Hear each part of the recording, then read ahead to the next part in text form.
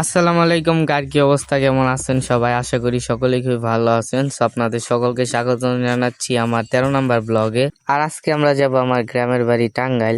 আমার বাল ছেঁড়া গেল। আর বিকাল টাইমে বের হয়ে গেছি, কারণ গাজীপুরে ঈদের আগের দিন যেহেতু আমরা গ্রামে যাইতেছি, সো প্রচুর বৃষ্টি হয়েছে। আর জুতা ছাড়া গেছি, কারণ আমি যে স্নিকারটা কিনছি সেটা হোয়াইট কালার। আর এই পরিবেশটা তো দেখতেই পাচ্ছেন, তাইলে আমার জুতার অবস্থাটা কি হইতো।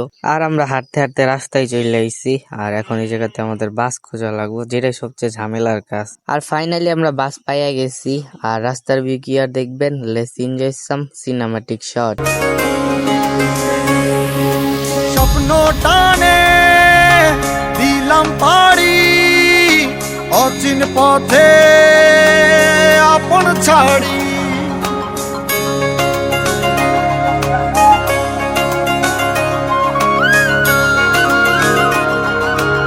আর ফাইনালি গাইস আমরা চলে এসেছি টাঙ্গাইল। আর সিনেমাটিক শটটা কেমন লাগলো একটু কমেন্টে জানিয়ে দিবেন। সো আবার আরেকটা সিনেমাটিক শট দেখেন আর আমি বাসে যাইতে থাকি।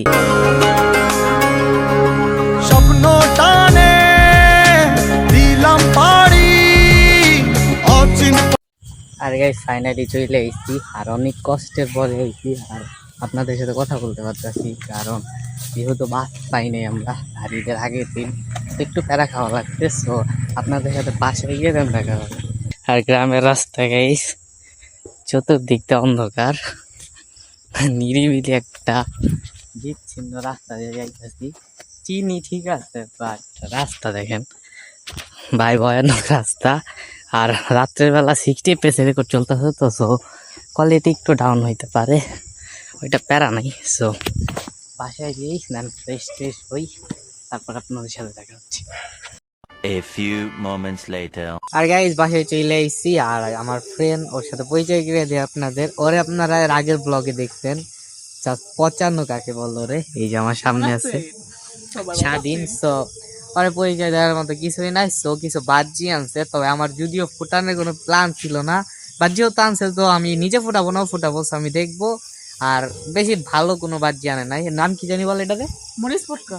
সো এটা মরিচ ফটকা আই থিঙ্ক বলে। সো এটা আমরা ফাটাবো। সো দেখি আই হোপ কি হয়।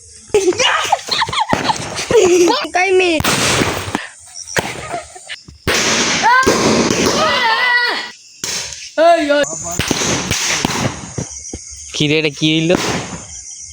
The next day.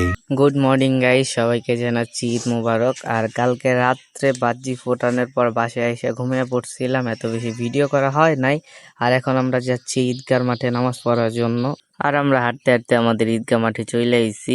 আর আমাদের এই মাঠটা কিন্তু গাইস ক্যামেরাতে ছোট দেখা গেলে কি হবে, অনেক বড়। আর এই জায়গাতে আমি বসে বসে ওনাদের বিরক্তকর বয়ানগুলো শুনতেছিলাম। মানে বয়ান বলতে কি হুজুরে বয়ান দিতেছিল না, কমিটির মানুষজন, যেগুলা কিনা আমার কাছে একদম বিরক্ত লাগে শুনতে। A few moments later. আর আমাদের নামাজ পড়া শেষ, আর বন্ধু নাকি এই জায়গাতে আমাদেরকে ট্রিট দিব, দেখি কি খাওয়ায়। বন্ধু তুমি কি খাওয়াবো আমাকে বলো। একটা কোন আইসক্রিম, একটা কোন ভিও না, আমি তোর কাছ থেকে কাঁচা করি প্লিজ। একটা কোন বেশি ভালো, 50 টাকা কোন। যাই হোক, বন্ধুরা অনেকক্ষণ পাম্পটি মারার পর ফাইনালি রাজি হয়। আর কোন আইসক্রিম ছিল না, পরে বাইটি আইসক্রিম খাওয়ায়। বন্ধু তোমার কেমন লাগতেছে? A few moments later. তারপর বন্ধু আমাদের ট্রিট দেওয়ার পর এত বেশি ভিডিও করা হয় নাই, আমি বাসায় চলে আসি। দেন বাসায় আইসা খাওয়া দাওয়া করে দেন আমরা আবার মাঠে চলে যাই। আর আমাদের এদিকে সকল গরু কুরবানি ঈদগার মাঠেই দেয়।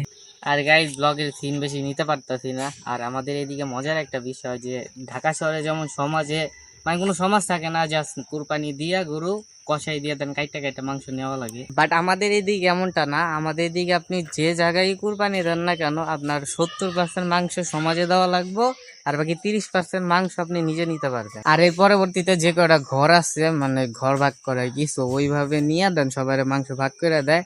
আর বেশি ব্লগে দেখাইতে পারতেছি না, কারণ যেহেতু আমি ব্লগ গুলাম পেজে সারি, তো পেজে রক্তগুলা দেখাইলে রানিং আর স্ট্রাইক মেরে দেয়। তো আমি চাইতাছি না দেখানোর জন্য। আর গাইস আমার সাথে আসছে দিস ইজ স্বাধীন।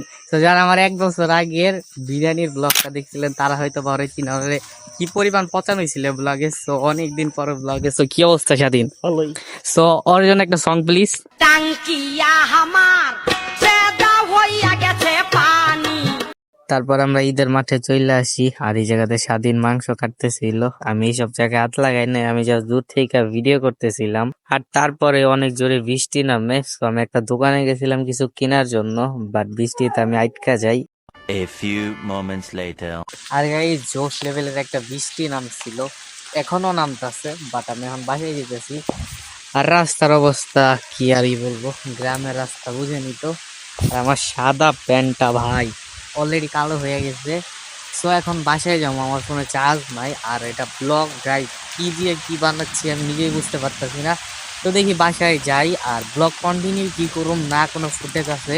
আর গরুর সিনগুলা দেখাইলেও সমস্যা, যদি স্ট্যাক মেলা দেয় তো একটু বেড়া খাওয়া লাগতেছে। আর যেহেতু ঈদের দিন, তো বাসা থেকে বের হইতে পারতাছি না, আর বৃষ্টিতে প্রচুর প্যারা দিতেছে। আমি জানি কোন সময় আসার একটা খাইয়া যায়, আমি স্লিপ কাটতেছে পা প্রচুর। তো চড়ে নেমে গেছে ভাই, যাই। তো আপনাদের সাথে কিছুক্ষণ পরে দেন দেখা হচ্ছে। 2000 years later. আর বাসায় বসে আমার কোনো কাজ নাই, যেহেতু ঈদের দিন সবাই নিজ নিজ কাজে ব্যস্ত। সো আমি এই জায়গাতে আমার মামার সাথে এই জায়গাতে মজা করতেছিলাম, কি আর করুম বলেন। আর গাইস এখন আমরা যাবো মাঠে। আর আমার ব্লগ করা সত্যি বলতে কোনো ইচ্ছা ছিল না, বাট এর আগের ঈদ আমরা ব্লগ করি নাই, রোজার ঈদে। তো ভাবলাম যে ঈদে না করলে কেমন লাগে। আর বের হবো, আমার ফ্রেন্ড যে ছিল স্বাধীন, তো ও অসুস্থ, জ্বর আসছে। আর কুরবানির ঈদে এখন তো আর ঈদের দিন কেউ ঘুরতেও যায় না, ঈদের পরের দিন মানে কালকে যাইতে পারি। আর আমি চাচ্ছি যে আজকের ব্লগটা আজকের এই জায়গাতে এন্ড করে দিব, দেন কালকে নতুন আরেকটা ব্লগ করব, যাতে আপনাদের একটু ভালো মজা দিতে পারি। স্বাধীনরে কল দিছি, আর জ্বর আসছে, ওই যে আসতেছে। এই জায়গাতে বন্ধুরে পেয়ে গেছি, বন্ধুর নাকি জ্বর আইছে। অবশ্যই ধরেছি। ওর জ্বর আওয়াজে কথা না হয় কি কথা, ওর থেকে উল্টা আমার নিজের শরীর গরম বেশি। আর এখন আমরা যাইতেছি মাঠে, এখন মনে হয় মাংস দিব, দেখি কয় কেজির মতো পাই। আর এটা দেখানোর একটাই কারণ যে আমাদের এই দিকের মানে সিস্টেমটাই পুরো অন্যরকম। আপনাদের কার ওই দিক দিয়ে কিরকম জানি না, বাট আমাদের এই দিকে এই জিনিসটা আমি অন্য কোনো জায়গায় দেখি না, আমার তো অনেক ইউনিক লাগছে, তাই আপনাদের দেখাইতেছি। তারপর আমরা মাঠে চলে যাই, আর এই জায়গাতে সবাই মাংস কাটতেছিল। আর এইসব জিনিসগুলো আপনাদেরকে দেখাইতেছি, আমার কাছে ইউনিক লাগছে, কারণ ঢাকা শহরে এইরকম নিয়ম কোনো জায়গায় আমার মনে হয় নাই। সো আমাদের এইদিকেই মনে হয় আছে। সো আপনাদের ওইদিকে যদি কারো ওইদিকে এরকম নিয়ম থেকে থাকে তাহলে একটু কমেন্টে জানাবেন। আর তারপরে আমার ফোনের চার্জ ফুরিয়ে যায়, আমি কোনো ভিডিও করতে পারি না। আর বর্তমানে যে ফুটেজটা আপনারা দেখতে পারতেছেন, এটা 1% চার্জ দিয়া তারপরে করা হয়েছে। মূলত আমরা বাইক নিয়ে একটা জায়গায় ঘুরতে গেছিলাম, বাট চার্জ ছিল না যেহেতু ফোনে, সো তাই ভিডিও করা হয় নাই। আর গাইস আজকে ব্লগটা ছিল এই পর্যন্তই। সো আপনাদের কাছে কার কাছে কেমন লাগলো ব্লগটা একটু কমেন্টে জানাবেন। যদি আমার প্রতিটা ব্লগ ফালতু হয়, সো বরাবরের মতো এটা আরেকটা ফালতু ব্লগ। সো আপনাদের কাছে যদি একটু ভালো লেগে থাকে তাহলে চ্যানেলটাকে সাবস্ক্রাইব করে দিবেন। দেখা হবে নেক্সট ভিডিওতে। ভালো থাকবেন, সুস্থ থাকবেন, আল্লাহ হাফেজ। টাঙ্কিয়া হামার